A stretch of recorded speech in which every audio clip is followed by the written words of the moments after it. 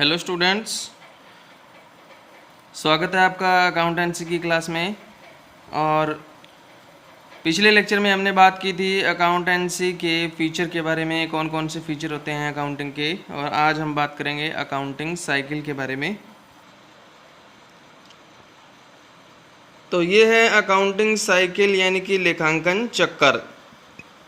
Accounting cycle का meaning क्या होता है कि जो अकाउंटिंग की पूरी प्रोसेस होती है, यानी कि जो हम स्टार्टिंग करते हैं अकाउंटिंग की और कहाँ पर इसका एंड होता है, तो उसको पूरी क्या है साइकिल कहते हैं। तो सबसे पहले फर्स्ट स्टेप क्या होता है, पिछले लेक्चर में भी हमने क्या है इसके बारे में बात की थी कि अकाउंटिंग की प्रोसेस और फंक्शन जो है वो क्या होते हैं। तो अकाउंटिंग साइकिल में सबसे पहला जो स्टेप आता है वो आता है ट्रांजैक्शन का। यानी कि सबसे पहले क्या होता है, लेन देन होता है। लेन देन का मतलब यानी कि ट्रांजैक्शन का मतलब क्या होता है कि जब हम किसी पर्सन को कोई पेमेंट करते हैं, किसी से कोई पेमेंट रिसीव करते हैं, ठीक है, या फिर क्या है किसी से कोई मटेरियल वगैरह परचेज किया जाता है, या किसी को क्या है कोई मटेरियल सेल किया जाता है, बेचा जाता है, ठीक है। इसके साथ क्या है किसी से कोई एसेट्स परचेज की जाती है, जैसे लैंड, बिल्डिंग, प्लांट, मशीनरी वगैरह कुछ खरीदते हैं हम, या इसी तरह से लैंड, बिल्डिंग, प्लांट, मशीनरी वगैरह कुछ बेचते हैं। उधार खरीदना, उधार बेचना, वो सभी के सभी क्या है लेन देन है। एग्जाम्पल के तौर पे क्या है, आप बैंक में जाते हो और बैंक से अमाउंट क्या है विड्रॉ करते हो, अमाउंट निकलवाते हो, आप एटीएम से पैसे निकलवाते हो, तो वो क्या है एक लेन देन यानी कि ट्रांजैक्शन है। तो ट्रांजैक्शन जो है वो वैसे तो क्या है बिजनेस में सभी ऐसी एक्टिविटी जो क्या है बिजनेस के प्रॉफिट लॉस पे इफेक्ट डालती हैं, वो ट्रांजैक्शन में हम इन्वॉल्व करते हैं। बट इसके लिए क्या है दो फीचर होने ज़रूरी है, जो पिछले लेक्चर में भी मैंने आपको बताया था कि ट्रांजैक्शन जो है वो तभी मानी जाएगी जब क्या है उसमें दो फीचर हों। एक तो क्या है वो फाइनेंशियल नेचर की हो, यानी कि बिजनेस के प्रॉफिट और लॉस पे क्या है इफेक्ट डालने वाली हो, और दूसरा क्या है वो क्या है मॉनेटरी फॉर्म में उसको क्या है कन्वर्ट किया जा सके, यानी कि मनी में उसको हम कन्वर्ट कर सकें। एग्जाम्पल के तौर पे हमने क्या है मान लो कि हमने 5 टेबल जो है वो परचेज की है, 5 टेबल हमने क्या है खरीदी है, और अगर हम उसको मनी में कन्वर्ट नहीं करेंगे तो उस टेबल को एज इट इज़ टेबल की फॉर्म में क्या है अकाउंटिंग में नहीं लिखा जा सकता, इसलिए उसको ट्रांजैक्शन नहीं कहेंगे, ठीक है। लेकिन अगर क्या है उस टेबल को मनी में कन्वर्ट किया जा सकता है, ठीक है, तो हम उसको क्या है ट्रांजैक्शन कहेंगे, लेन देन कहेंगे। तो हमें क्या करना होता है, सबसे पहले ट्रांजैक्शन होती है, उस ट्रांजैक्शन की हम क्या है पहचान करते हैं, उसको आइडेंटिफाई करते हैं, और आइडेंटिफाई करने के बाद सबसे पहले कौन सी बुक में लिखा जाता है, जर्नल में क्या है लिखा जाता है। जर्नल ऐसी बुक होती है जिसमें हम हर एक ट्रांजैक्शन को क्या है डेली वाइज क्या है लिखते हैं, जैसे जैसे लेन देन होगा वैसे वैसे क्या है उसको लिखते जाएंगे। जैसे एग्जांपल के तौर पे क्या है, अगर मेरी एक शॉप है, उस शॉप पे क्या है मान लो मैं मटेरियल वगैरह को सामान वगैरह बेच रहा हूँ, तो जैसे मान लो राम नाम का एक पर्सन क्या है मेरे पास आया, ठीक है, और उसने क्या है मेरे से क्या है मटेरियल गुड्स वगैरह परचेज किया, ख़रीदा मेरे से, ठीक है, तो उसको क्या कहेंगे लेन देन कहेंगे। तो उसको मैं क्या करूँगा, सबसे पहले कौन सी बुक में रिकॉर्ड करूँगा, उसको मैं रिकॉर्ड करूँगा जर्नल में, ठीक है। तो इस तरह से बहुत सारी ट्रांजेक्शन होती हैं, बड़ी बड़ी कंपनियों के अंदर क्या है लाखों की संख्या में क्या है डेली जो है वो ट्रांजेक्शन होती हैं। तो उन ट्रांजेक्शन को सबसे पहले जिस बुक में लिखा जाता है उसको कहते हैं हम जर्नल।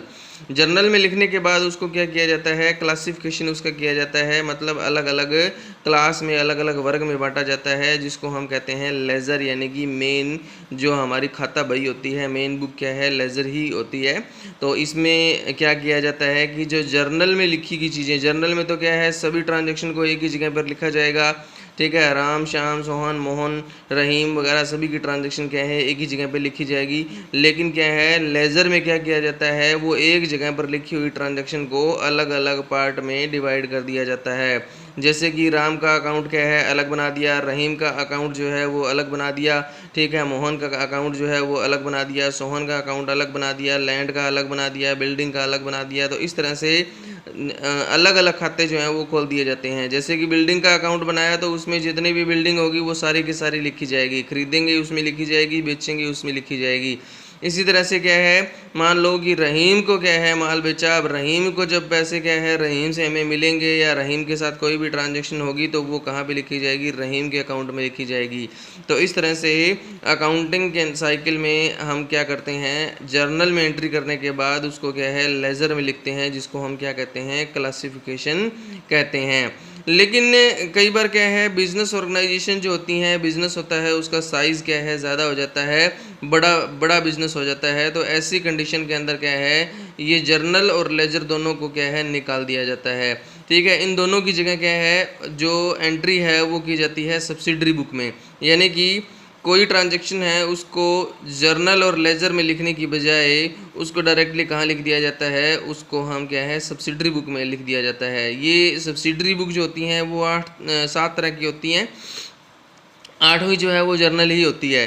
ठीक है, तो ये इन बुक में क्या है, हम इनको क्या है रिकॉर्ड कर देते हैं। यानी कि जर्नल में नहीं लिखना हमने डायरेक्टली क्या है इन बुक्स में क्या है एंट्री कर देनी है। ठीक है, जिसमें कैश बुक आती है, कैश बुक क्या होती है, जिसमें सिर्फ कैश से रिलेटेड ट्रांजेक्शन को लिखना है। कैश अगर क्या है हमने कुछ खरीदा है, ठीक है, तो उसके लिए हमने पेमेंट की है, तो वो क्या है इसी में लिखा जाएगा। यानी कि नगद कोई भी लेन देन होगा वो इसमें कैश बुक में लिखा जाएगा, उधार जो होगा वो क्या है कैश बुक में नहीं लिखा जाएगा। ठीक है, तो पैसा आता है पैसा जाता है तभी क्या है इसमें क्या है नोट करेंगे। उसके बाद आता है परचेज बुक। परचेज बुक क्या होती है कि जब हम मटेरियल उधार खरीदते हैं तो उसके लिए क्या है परचेज बुक जो है वो क्या है अरेंज की जाती है।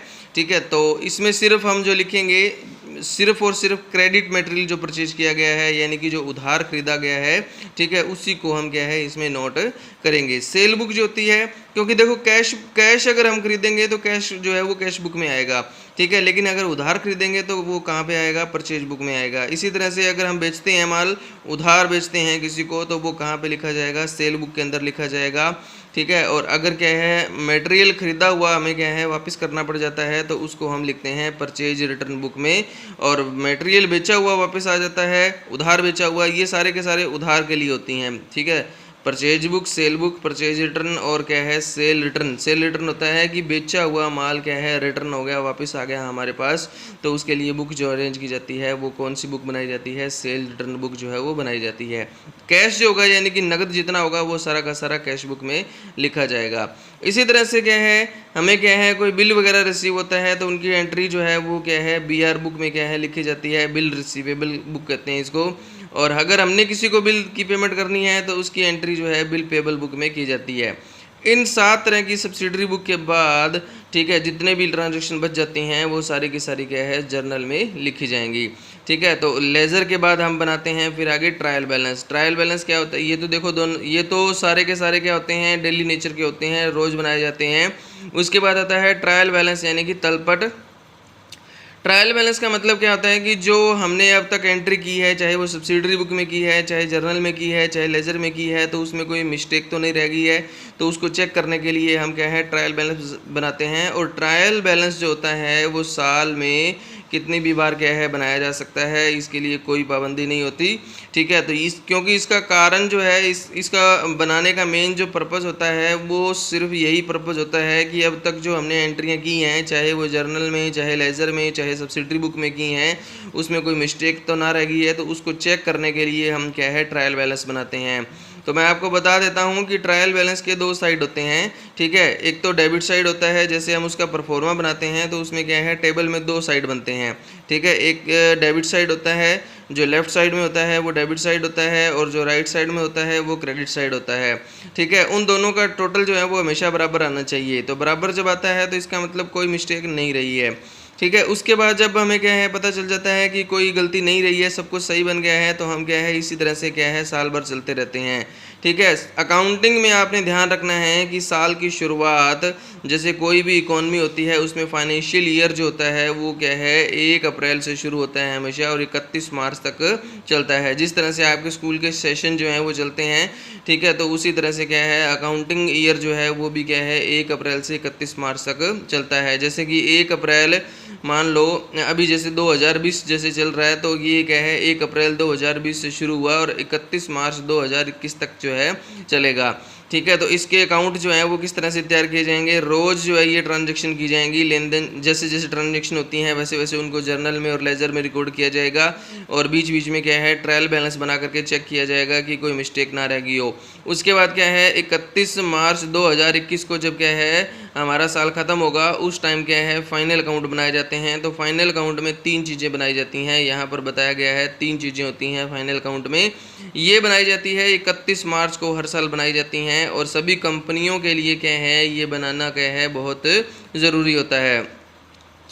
इसके लिए क्या है कंपनियों के लिए अलग से क्या है कंपनी एक्ट जो है वो भी क्या एप्लीकेबल होता है, ठीक है। कंपनी अधिनियम जो है वो 2013, ठीक है, वो क्या है लागू होता है। और कंपनी एक्ट 2013 के अकॉर्डिंग भी क्या है सभी कंपनियों को अपना क्या है फाइनल अकाउंट बनाने ज़रूरी होते हैं।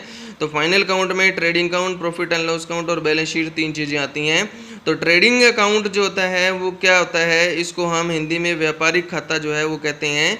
ये जो होता है फैक्ट्री लेवल से रिलेटेड होता है। देखो क्या होता है कि बिज़नेस में किस तरह से काम चलता है, एक फैक्ट्री होती है, एक ऑफिस होता है, दोनों जगह क्या है काम चलता है। ऑफिस में ऑफिस का काम होता है, फैक्ट्री में प्रोडक्शन होता है, ठीक है। तो इस तरह से पूरा बिजनेस में क्या है कई पार्ट हम क्या है डिवाइड कर सकते हैं। तो फैक्ट्री लेवल का जो प्रॉफिट लॉस अगर हमें जानना है तो उसके लिए हम क्या बनाते हैं व्यापारिक खाता यानी कि ट्रेडिंग अकाउंट बनाते हैं। और अगर हमें पूरे बिजनेस का प्रॉफिट लॉस जानना हो कि हमें हमारे बिजनेस में प्रॉफिट और लॉस कितना हुआ, ठीक है, तो उसको हम कहते हैं प्रॉफिट एंड लॉस अकाउंट, ठीक है। तो ट्रेडिंग अकाउंट सबसे पहले बनाया, ट्रायल बैलेंस के बाद ट्रेडिंग अकाउंट बनाया जाता है सबसे पहले, और ट्रेडिंग अकाउंट में जो प्रॉफिट निकलता है उसको हम प्रॉफिट एंड लॉस अकाउंट में ट्रांसफर करके प्रॉफिट एंड लॉस अकाउंट बनाते हैं। इसमें पूरे बिजनेस का प्रॉफिट और लॉस हमें क्या है पता चल जाता है कि साल के दौरान हमें क्या है कितना प्रॉफिट हुआ है, कितना लॉस हुआ है। ये जानने के बाद अब हमें क्या है बिजनेस का क्या है एक स्टेटमेंट जो है वो बनानी पड़ती है, जो कि बहुत ज़रूरी होती है बनानी। सभी कंपनियों के लिए क्या है ये बहुत ज़रूरी है, क्योंकि क्या है जैसे अगर कोई कंपनी टैक्स भरती है या फिर क्या है कोई कंपनी लोन लेने के लिए बैंक में जाती है तो उसको अपनी बैलेंस शीट क्या है प्रेजेंट करना बहुत ज़रूरी होता है। उसके बिना क्या है वो लोन जो है वो नहीं ले सकती, ठीक है। तो बैलेंस शीट क्या होती है, बैलेंस शीट पूरे बिजनेस का एक हम ऐसे कह सकते हैं कि साल भर का क्या है पूरा निचोड़ होता है, जिसमें ये बताया जाता है कि पूरे साल के दौरान के बाद क्या है लास्ट में हमारे बिज़नेस की क्या स्थिति है, क्या परिस्थिति है, क्या सिचुएशन है हमारे बिज़नेस की। तो इसमें क्या चीज़ पता चलती है, इसमें हमें पता चलता है कि साल के लास्ट में हमारे पास कितने रुपए का माल बचा हुआ है, कितनी हमारे पास प्रॉपर्टी है, कितना हमारे पास नगद पैसा पड़ा हुआ है, कितना हमारे पास क्या है बैंक में पैसा पड़ा हुआ है, किस किस पर्सन से हमने कितना कितना रुपए लेना है, किस किस को कितना कितना देना है, ठीक है। तो इस तरह से क्या है सारी चीज़ें एक ही जगह पे क्या है लिखी जाती हैं, एक ही स्टेटमेंट में क्या है लिखी जाती हैं।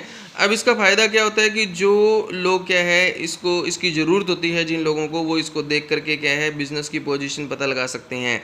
जैसे कि बैंक के पास अगर बैलेंस शीट लेके जाएंगे तो बैंक वालों को क्या बेनिफिट मिलेगा बैलेंस शीट से, बैंक वाले बैलेंस शीट को देखेंगे और उसके बाद क्या है वो ये देख सकते हैं बैलेंस शीट के अंदर कि कंपनी ने पहले कितने रुपए का लोन लिया हुआ है, कंपनी के पास प्रॉपर्टी कितनी है, प्रॉफिट कितने हो रहे हैं। तो इन चीज़ों का पता लगा करके उसकी हेल्प से क्या है उनको इन्फॉर्मेशन मिल जाती है, और वो क्या है ये डिसाइड कर सकते हैं कि कंपनी को नया लोन देना चाहिए या नहीं देना चाहिए।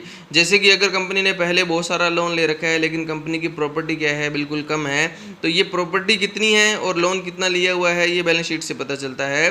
तो बैंक वाले क्या करेंगे बैलेंस शीट में देखेंगे कि कंपनी ने क्या है लोन ज़्यादा ले रखा है तो वो क्या है कंपनी को लोन नहीं देंगे, ठीक है। इसी तरह से मान लो अगर उन्होंने देखा कि बैलेंस शीट में क्या है, मान लो कंपनी ने पहले से कोई लोन नहीं ले रखा और कंपनी की पोजीशन बहुत अच्छी है, प्रॉपर्टी भी बहुत है कंपनी के पास, ठीक है, बैंक में बैलेंस भी है, कैश भी पड़ा है, तो वो क्या है आसानी से क्या है कंपनी को लोन दे सकते हैं, ठीक है। इसी तरह से कैश की पोजीशन भी क्या है वो देखते हैं। तो इस तरह से बिजनेस में क्या है जो भी इंटरेस्टेड पार्टीज होती हैं, अब इंटरेस्टेड पार्टीज कौन कौन सी होती हैं, गवर्नमेंट को बैलेंस शीट की जरूरत पड़ती है, टैक्सेशन इंस्पेक्टर होता है, टैक्स जो कैलकुलेट करता है उसको जरूरत पड़ती है, ठीक है, कंपटीटर जो होता है उसको जरूरत पड़ती है, क्रेडिटर यानी कि जिनसे हमने लोन वगैरह लिया है उनको जरूरत पड़ती है, बैंक वालों को जरूरत पड़ती है, ग्राहक को जो होता है उनको जरूरत पड़ती है, बिजनेस में काम करने वाले जो कर्मचारी होते हैं एम्प्लॉई होते हैं उनको जरूरत पड़ती है। तो ये सभी पार्टीज होती हैं, उनको जो ज़रूरत पड़ती है वो सिर्फ फाइनल अकाउंट की पड़ती है, प्रॉफिट एंड लॉस अकाउंट की और बैलेंस शीट की।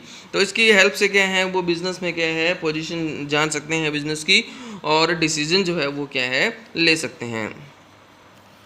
तो आप सभी ने क्या है ये अकाउंटिंग साइकिल जो है ये बनानी है, और इसको क्या है अच्छे से समझना है कि किस तरह से क्या है ये सर्कल जो है वो चलता है।